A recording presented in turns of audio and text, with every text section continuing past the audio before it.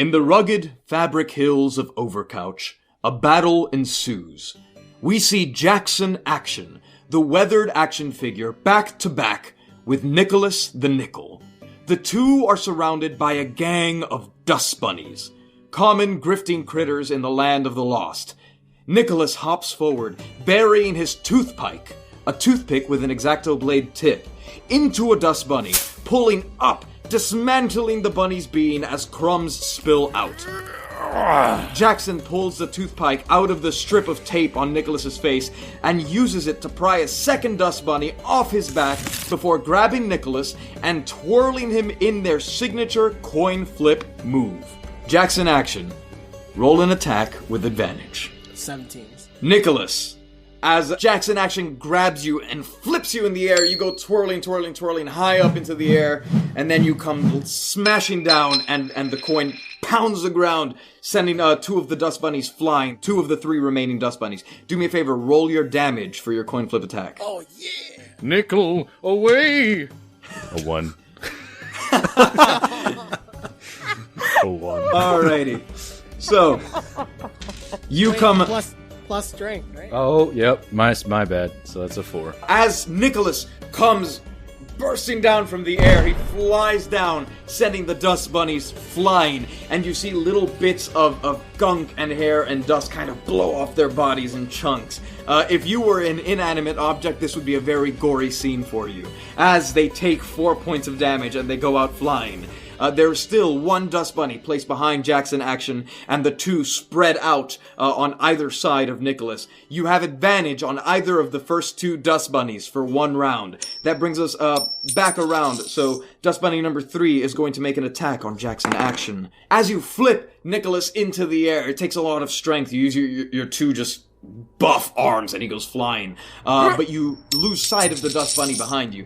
And the dust bunny, jumps up behind you and lands on your neck, and you feel some of the hair and the lint start to crawl around your face as it smothers you, and you take 2 points of damage. Jackson, no! Not enough to get me down. And that brings us back around to Jackson Action. What are you doing? Taking out my razor blade, I'm gonna try to plunge it right between the eyes. Nat 20 plus 5, 25. Okay, so Jackson pulls out his razor blade, and with the bunny kind of smothering around his neck with incredible precision and swiftness, grabs the razor blade and just kind of almost like samurai just slices all around, and you see different pieces of dust and lint fall apart as the dust bunny is basically discorporated and sent out into the ether. That bunny no longer is animated. So, you are left with the 2 dust bunnies that have been affected by Nicholas. And Nicholas, it is now your turn. What do you do? Going to help my friend finish off what we've started.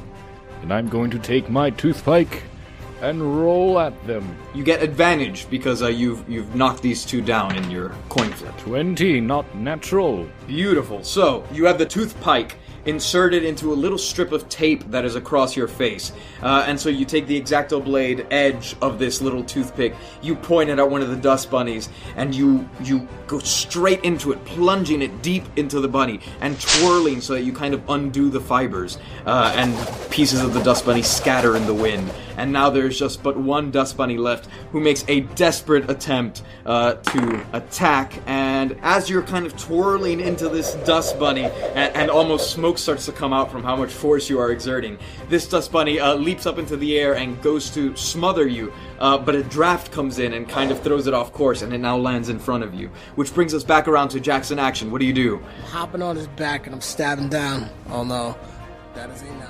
You lunge at it with the razor blade, and this draft, it's still kind of floating in the air for a second, and so when you lunge for it, you miss because you're not able to calculate the trajectory of the wind, and it kind of it twirls around kind of the force that you're exerting with your movement, and then lands on the ground, which brings us back around to Nicholas. There's 1 dust bunny left? Yes. I'm coming to your aid, friend.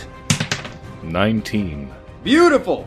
So, Nicholas, again, has been twirling on the toothpick, and now kind of pops out, aims his toothpick, lunges forward and kind of grabs a nice piece of gunk out of the dust bunny, and with the toothpick out to one of his sides begins to twirl like a ballerina as he undoes the dust bunny, and it comes apart into one long piece of string with pieces of it going flying everywhere in this speed, and the dust bunny is dismantled. Ashes to ashes, dust to dust. As you finish battle, you turn to look at one another and give a slight nod of acknowledgement. I wink with my one eye. Over your years in the land of the lost, this dark reality that mirrors the world you came from but has no humans or owners of any kind, encounters like this have become your routine. It is a bleak and hostile world where you must compete for resources or perish. You look at the corpses of your fallen foes and recover 7 crumb, the precious currency of the land of the lost. With your spoils in tow, you begin the slow descent from the hilltops of Overcouch to your dark hidden camp in the crevices of Undercushion. The newest addition to your crew, a key called Front Door, greets you as you return. Having been lost only a day ago and not yet familiar in the ways of the land of the lost, Front Door was left to guard one of your longest-term companions, Ruby, the sleek but battle-worn, vibrant red, personal massager. Despite being a veteran of this land and an excellent fighter, Ruby is battery-powered, and over her 8 years in this realm, her battery has depleted and corroded. Ruby is running on fumes. Without human production, new batteries are essentially impossible to come across. All you can do is wait for a new battery-powered item to be lost, and, if you get to it in time, hope that you can grant it a quick death so that your friend may live. Well, hiya, friends. How was your journey to Overcouch? How'd it go? Another day of victory, friend. We can feast knowing a job well done has been had. Oh, well, that's real swell. Did you see any batteries up there for our friend here? Unfortunately, those bunny bastards had no batteries. Oh, that's not good. Oh, we need to find a battery real quick before Ruby here kicks a bucket, you know what I mean? Don't fret, my darling things. If it is my time to go, it is my time to go. Your Highness, I will do my best, and you've got my 5 cents on that. Thank you, Nicholas. It means so much to me. Thank you. Thank you, darling. Well, I helped too. Do you have a couple pennies to spare for me there, Nicholas? I just have my 5 cents that I am. Oh. I'm afraid. Well, But that's all right. a flip of the coin will be... I don't have a pun for that. Just roll with it. Roll with it. Roll.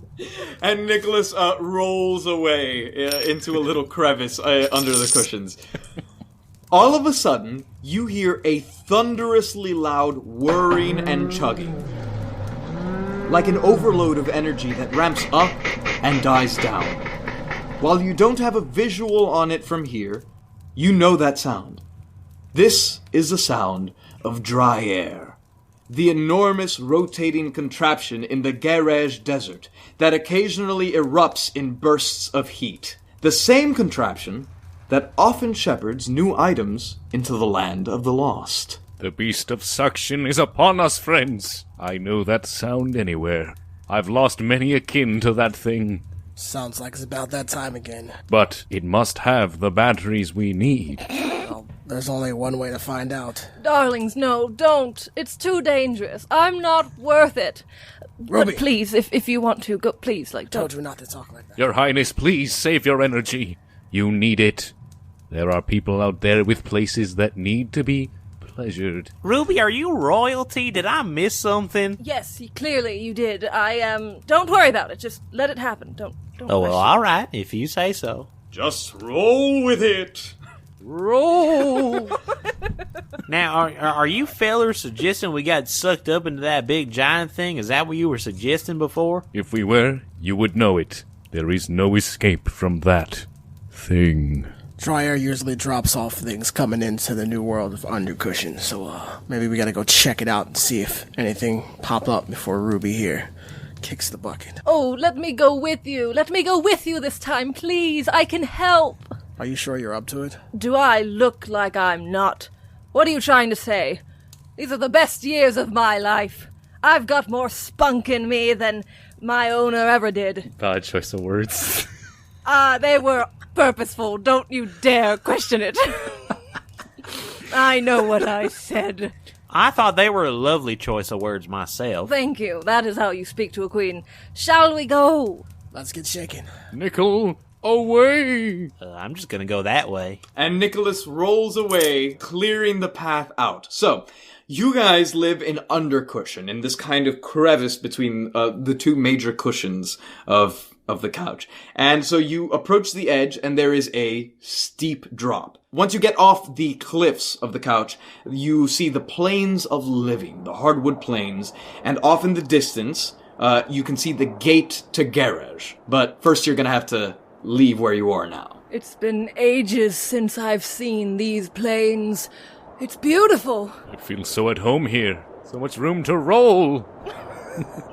Wait, are we on top of Undercushion still? Yeah, you are in the area, like, right under the cushions, but the ground is still a big drop before you can make it down to the actual plains of living. Well, good thing there are shredded strands on the side of Undercushion that we usually use to get up and down this piece. Some sort of creature must have used to sharpen its claws on it. Yes. I know her well.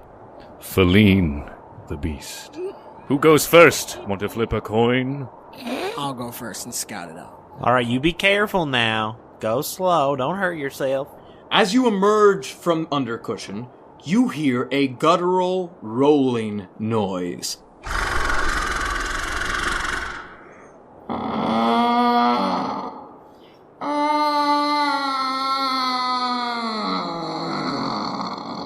Oh, you mother. Followed by a loud thud as a shadow comes over you. Directly above you, wandering the hills of Overcouch, you see a massive feline. A four-legged, fur-covered beast, white in color with orange striations. The apex predator of the land of the lost. I have an idea. I saw this in a movie that I may have referenced earlier. Let's jump on that thing's back. No. Are you mad? A feline? Are you nuts? Action! It's time. Let's use the coin slot. You guys want to attack Feline? I don't think that's a good idea. No, I don't. Put me in her coin slot. It is the only way. Please, I think... Now, Nicholas, I don't know what you're referring to, but that doesn't sound very nice. Nicholas, no, you can't. 5 cents for the ride of your life! The ride of your life, friends! 5 cents. I think that's more of my job, Nicholas.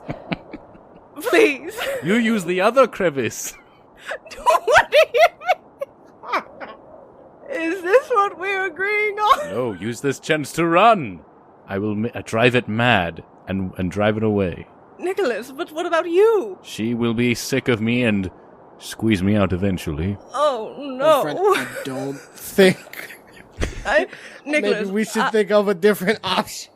I've been waiting for this vengeance for some time. Feline is my arch enemy, Wow. and I want to destroy the beast from inside out. The bowels of Feline must be eviscerated. Action. It's time. And I roll into his hands.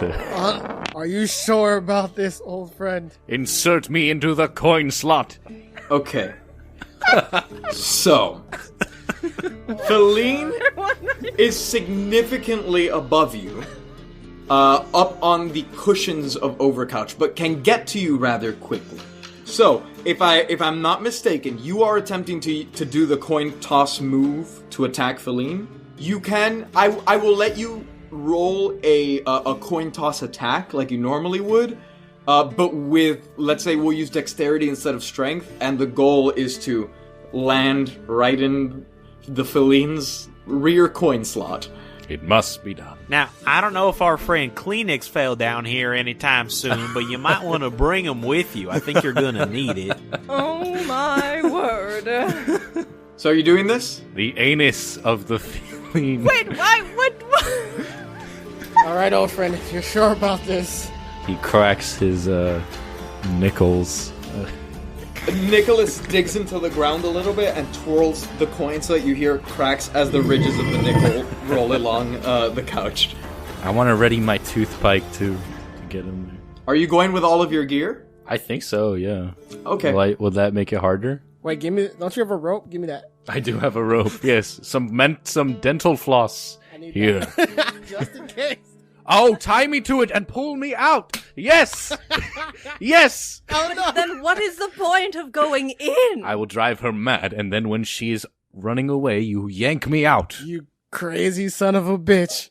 All right, so wrapping him up in the dental floss. Give me a roll to see how well you attach the floss. 18 minus 1. Question for the rest of you.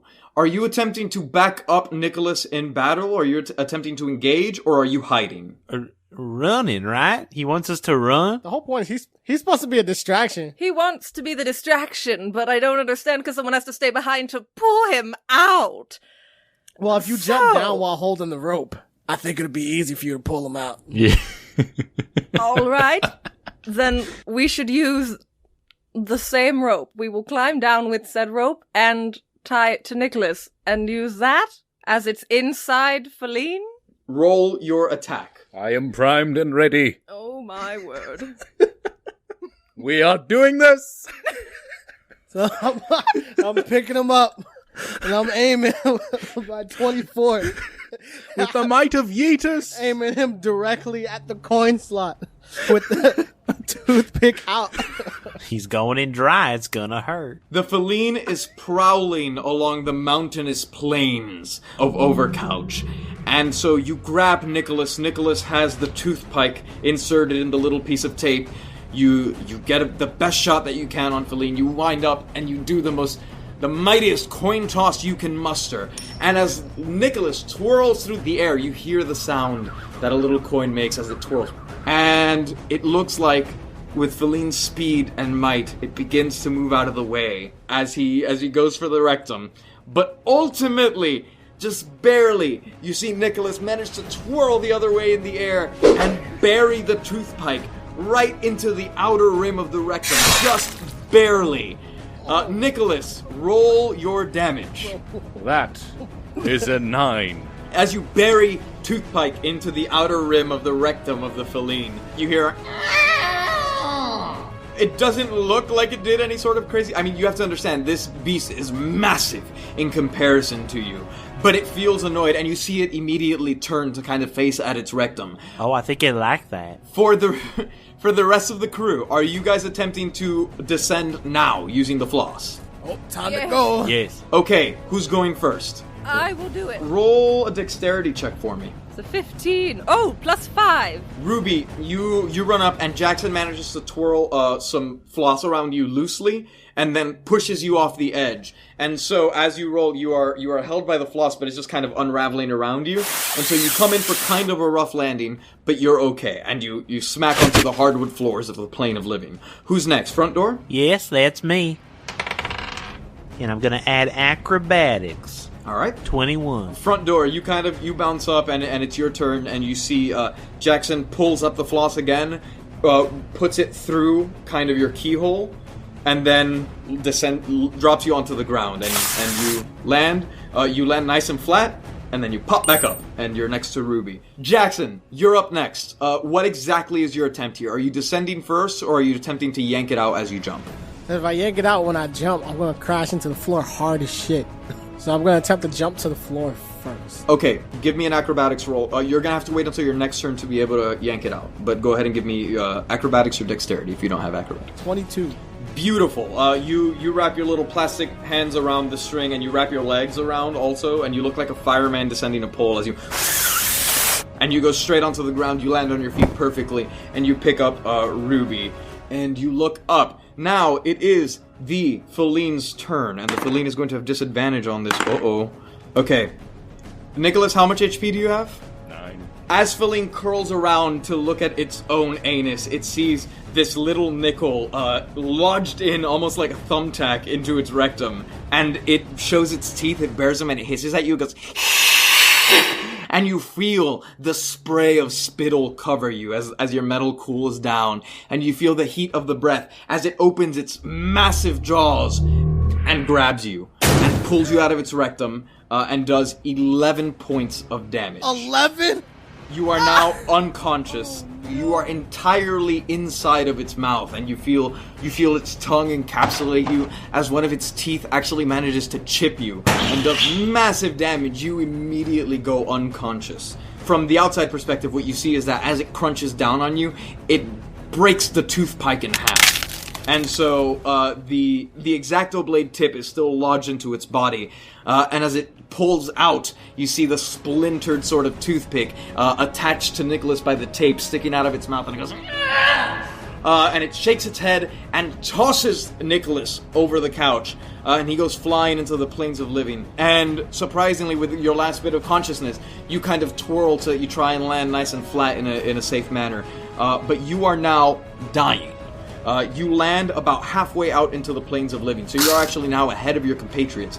Do me a favor, roll a death saving throw, so roll a d20 for me. 14. 14, okay, on your sheet, you can mark 1 success on the death saving throws. 2 questions. Can we go underneath the couch? You can go underneath the couch. Is he still attached to the floss? He is. I'm yanking him back. Actually, we want to go under the couch first, and I'm going to yank him back. Okay, you do that, roll a strength check for me. 22. You pull Nicholas in. Nicholas is nearly to you, but is still a little bit of a ways away. And now, Nicholas, give me another death saving throw. 17. 17, excellent. That's another success. Mark a second success. As you're pulling Nicholas in, you hear the scraping of the nickel against the hardwood floors, making a rather loud noise. And up top you hear...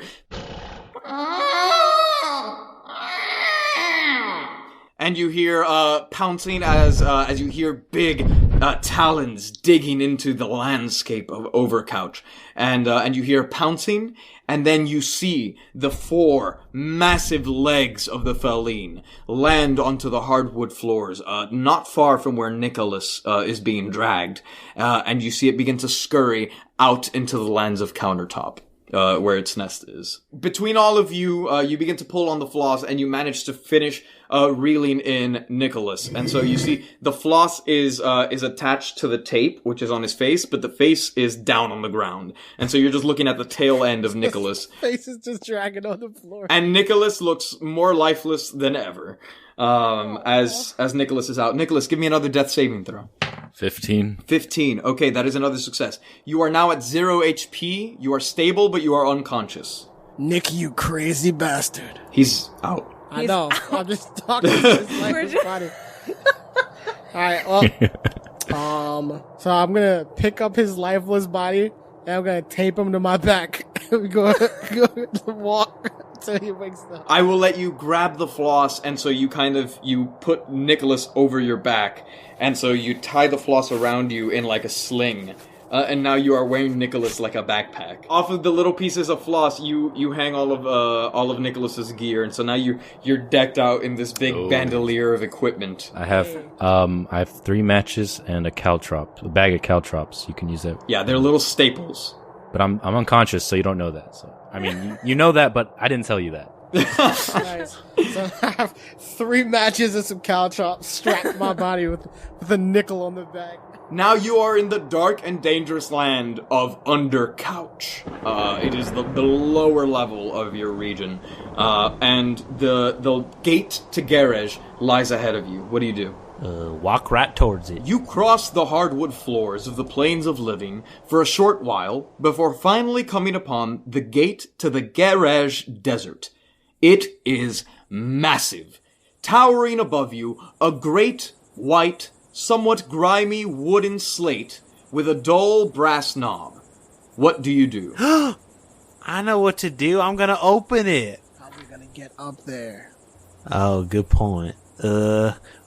Well, I could do a little flippy flip up there. I used to do gymnastics back in the day. I don't understand how you've done that, but...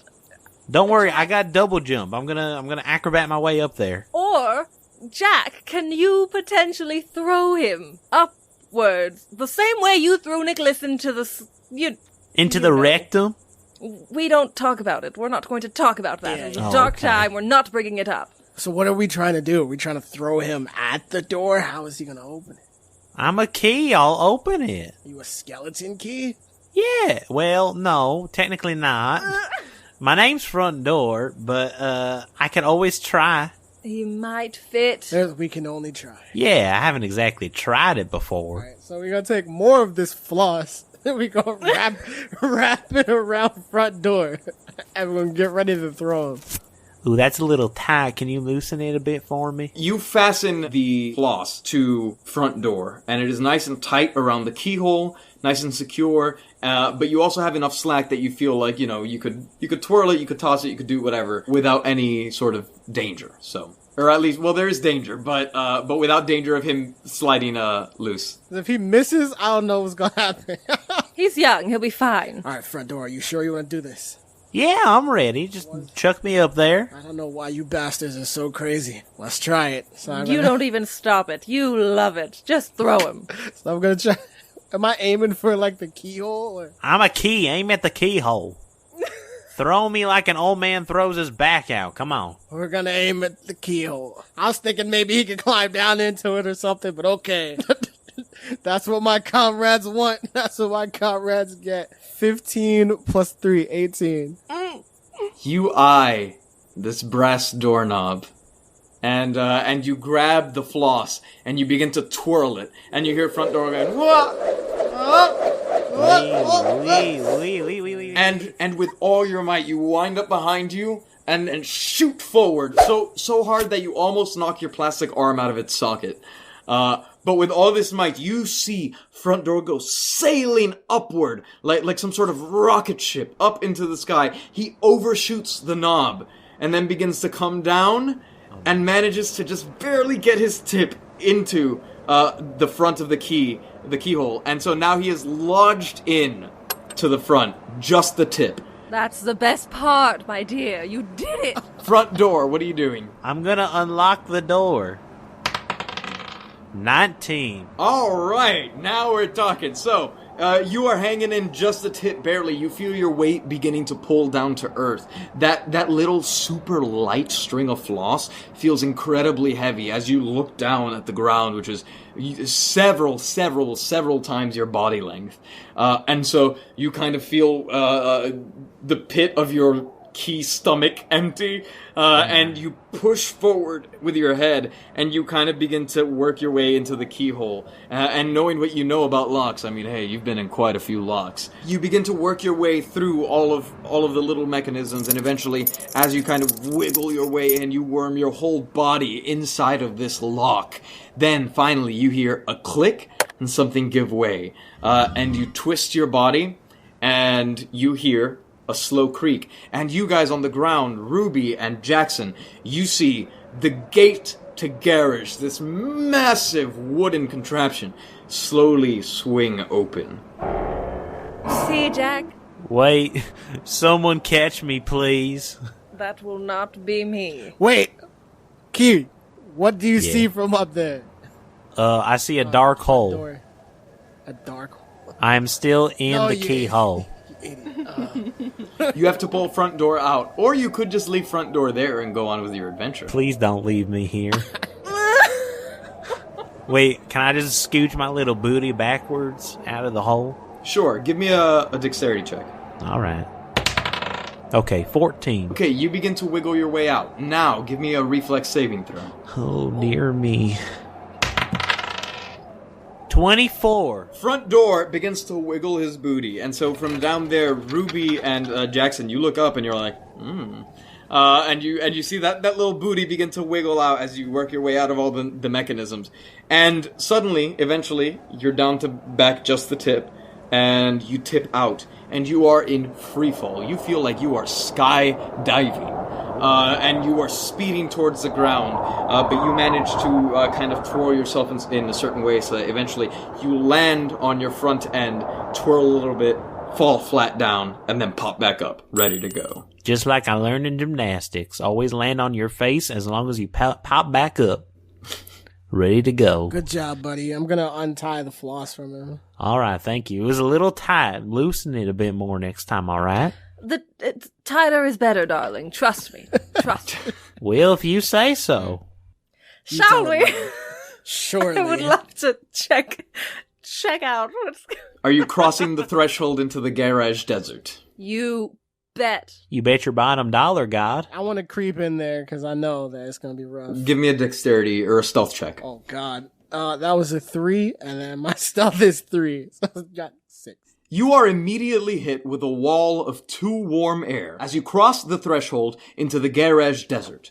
There is a low hum in the air, and an ominous feeling washes over you. Few enter garage willingly, and it is known for the terrifying, unnatural homunculi that inhabit it. A short ways off, you see the beigeish, white, mechanical tower, waves of heat still emanating from it. Dry air is now within reach. Beside it, you see the collapsed tower of Whoosh Air, which fell many years ago and has since been picked clean. Welp. Wow. There's our goal. I think we should walk towards it. I agree. There's not much choice. Okay. Dry air is, I'm assuming it's open. It is just barely cracked open. So you see this big sort of see-through round portal that is slightly ajar, and there's enough space for you are pretty much the largest member of your party as an action figure. There's enough space where if you wanted to climb into it, you could. Is it moving? No, it is still, but there's still the remnants of heat coming out of it. I'm walking towards it, and I'm gonna hop on into the little portal. I'll follow. I don't want to jump in, though. Okay, so Ruby, you are staying on the ground while they are climbing in? Actually, my whole thing, I gotta protect Ruby. So what I want to do is he's going in the portal. I'm gonna tie that floss back around him again. Like, look, buddy, if you run into any trouble, I want you to give a tug on this, and we'll pull you back, alright? Well, alright, that sounds good. It's nice and cozy here. Are you sure you don't want to come in with me? 2 tugs if it's safe, 3 tugs if you're in danger. Alright. 2 plus 3 equals 5. No. Okay, 2 I got it. tugs. No. 2 tugs if it's safe. Actually, 2 tugs if you're in danger, 3 if you're safe, okay? What if it's Alright, 2 in danger, 1 if safe? Why would you add more? Because just in case, what if he doesn't have enough? You know what I mean? Okay, then 1 is safe, 6, and 2 is danger. Think I got it. 6 dangers. Front door! And then I tug it. Front door? Yes? Just be careful. Buddy, listen to me. Pull it once if you need help. Okay. Alright, I could do that. I could pull on it. Just, there you go, buddy. Okay, I'm gonna jump right in there with this floss now. As you climb into the Tower of Dry Air, you see an enormous, dilapidated, cylindrical steel chamber. The chamber is covered in perforations that have since been filled with lint, debris, the occasional crumb, and other varieties of gunk. In the center of the chamber, you hear groaning. You direct your gaze toward the sad rectangular plastic item laying on the ground. A remote control lies face down, its battery cover cracked, and the one battery popped out, just barely staying in touch with the metal contacts that give it life. Oh no. It has sensed your presence and lets out a "Kill me. Oh my god, are you all... Well, clearly you're not alright. What's your name? Kill me." There's gotta be a way to help him, right? Incredibly lucky. Oh no. Well, if that's what you want, sir, we only need 1. I'm gonna pull the battery. Okay. As you walk up to the remote control, he continues to repeat, "Kill me." I'm trying. Hold your horses. And as you work the front end of yourself under the battery and you're about to pry it up, he says, "They're coming back." Sorry, one more time. I didn't quite catch that, sir. And from behind you, a white and gray, tattered cloth monstrosity has shambled its way up to you and attempts to engulf you in its gaping maw. a second shambling right behind it. Roll for initiative. I'm scared. 5. First up is the first white and gray cloth monstrosity filled with holes and tatters. And it is going to attempt to engulf you in its gaping maw. Roll a strength check for me. 19. This creature comes up and it has this big hole, almost like, imagine like a giant snake almost unhinging its jaw. And it begins to engulf you whole, and as it grabs the head of the key and tries to swallow you into it, you twirl and you work your way out. But now the second one that was right behind it and is shambling up is attempting to do the same thing. Roll another strength check for me. Oh my goodness. Hold your horses, everybody. 18. How much HP do you have? No way. 10. This, again, the second tattered monstrosity kind of comes up. Right as you twirl your way out of the first one's maw, the other one is on the ground, lying with its mouth open, almost waiting for you to fall into it. And it comes up and engulfs you in fabric and twists tight around you. And you are surprised because it is this fragile cloth, but it is exerting a terrifying amount of pressure, and it is beginning to smother you, and you take 7 points of damage. Oh goodness, that hurts. I'm gonna take the top of my key, which is very, very sharp. I call it the sawtooth, and I'm gonna jam my way through this little cloth here. 15. With your sawtooth, one of the sharpest kind of edges that you have, you are being suffocated by this cloth monstrosity. And so you kind of dig into it with your half, and you manage to work your way into one of the holes in the fabric, and you tear it open, and you kind of start to slide your way out. And it takes damage, but it still looks like it can take a hit. And now, as you are beginning to work your way out of that second monstrosity, the one that swallowed you, the first one is coming back and attempting to do the same thing. Roll a strength contest again. Oh no. Oh goodness, that's no good. 5. Believe it or not, you manage to dodge out of the way, and it kind of takes a chunk out of its friend. Not doing any damage, but it kind of it mistakes it. It almost like takes a little bite and then goes, "Oh, sorry," and it lets go. I'm a little slippery goose today. I have a question. In all of this tugging and rumbling, and is the floss getting pulled by any chance to potentially alert us? It's certainly moving around, but you can't see anything. So, give me a perception check. 17. Ruby and Jackson, both of you, from down here, you see kind of the floss moving around, and you're like, well, I don't know if Front Door's just walking around or if he's being a goof. Like, we just met him yesterday. I don't know what's going on. But you hear a little bit of static crackling. You hear this weird static noise that you recognize to be of the soulless socks. And that's what's attacking him, the socks. You assume that you are hearing the sound of a usual sock attack, yeah. Help me. Son of a bitch, that sounds like the socks. Action, Jackson. God, why is your name so difficult to say? Jack! Help me. Action! Jackson! Action. Shut up! Shut up! Jackson, we have to help him. We must. He's just a baby. You're right, let's go. And I'm gonna take out my razor blade. You both pop up into the dry air, and you see the big chamber, and you see your new friend Front Door beaten already almost more than half to death, and you see two of the soulless socks kind of dancing around him, writhing and attempting to engulf him within them. And what do? You guys get a nice surprise round. Ooh. I want to light one of the matches and I want to keep him at bay. You want to roll an intimidate check for me with that? That is a 17 plus 3, so 30-20. You strike a match and you hold it up, this big fiery torch, and them being fabric beings. One of them, the one that just attempted to swallow Front Door and missed, it kind of looks your way and goes,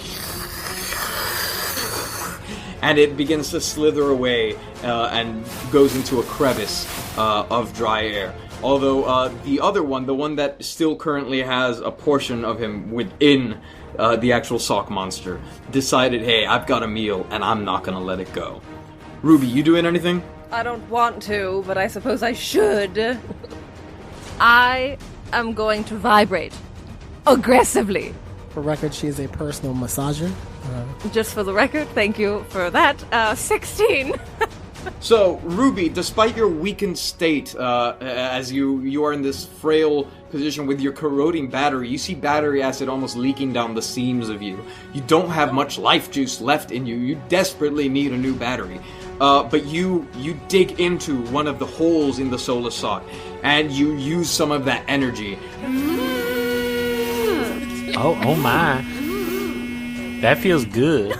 As Ruby digs into one of the holes and begins to vibrate, and you see the hole begin to stretch, and you work your way from within the beast to another one of the holes and vibrate some more as you wiggle your way out of it, widening its holes, leaving them gaping, and it takes tremendous damage. It looks like it is not in great shape, which brings us back around to that same sock. Roll a strength check for me, front door. Let me go, beast. I'm unarmed.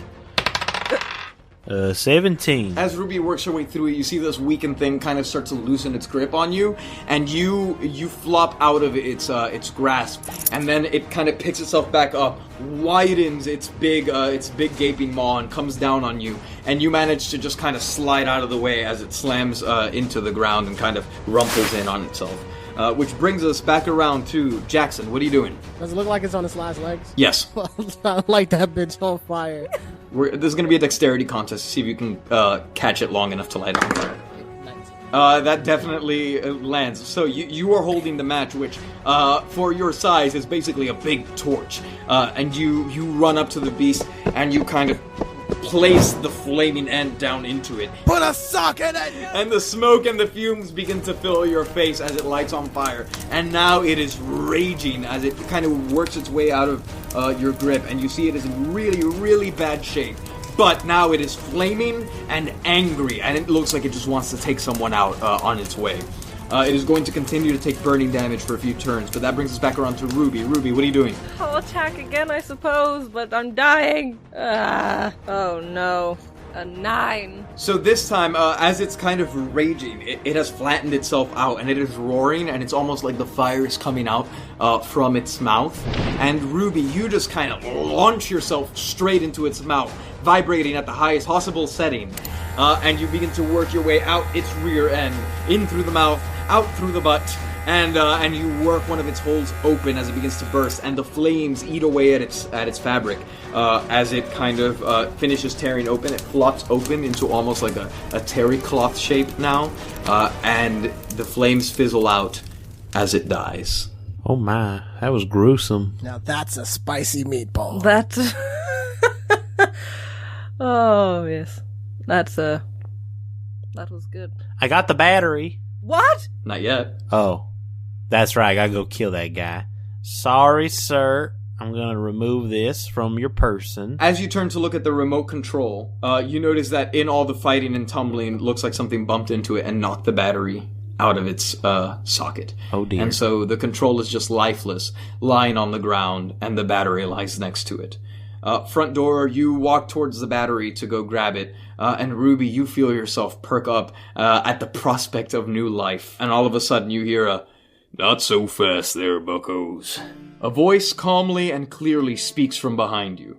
You turn to see a rectangular white tile in a protective leather holster, equipped with tarnished thumbtack combat studs. "Name's Tommy Tile. You all clearly know how to handle yourselves. And I'm not looking for a fight, but I can't let you take that battery." And why not? Corrosion damage, am I right? Maybe. What's it to you? I can do something for that. And the tile comes down to you and kind of hovers over you, and you feel these waves of some sort of energy kind of fill you, and some of the battery acid that has corroded your lining is now beginning to dissipate. Not fully, but you regain 2 points of health. Oh my god. And he says, "Now, that won't last you forever, but it'll take care of some of that corrosion and put a pep back in your step. I'll be straight up. Without a fresh battery, you'll be knocking on the door to the great big recycling plant in the sky no matter what I do. Wish I could help you some more, but you know how it is out here. I will make you an offer, though. I work with an extraordinary set of items called the Find My Brigade. We could use a set of items like you. While I can't promise you a battery, safety, or survival for that matter, if you help us accomplish our goal, you'll be on the first trip. What's your goal? What is your goal? Well, we're gonna get everyone back to their owners. So what do you say?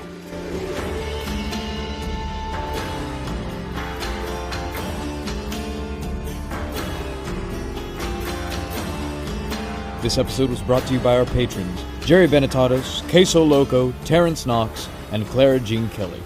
Thank you for your support. To see how you can support the show, go to whimsicproductions.com.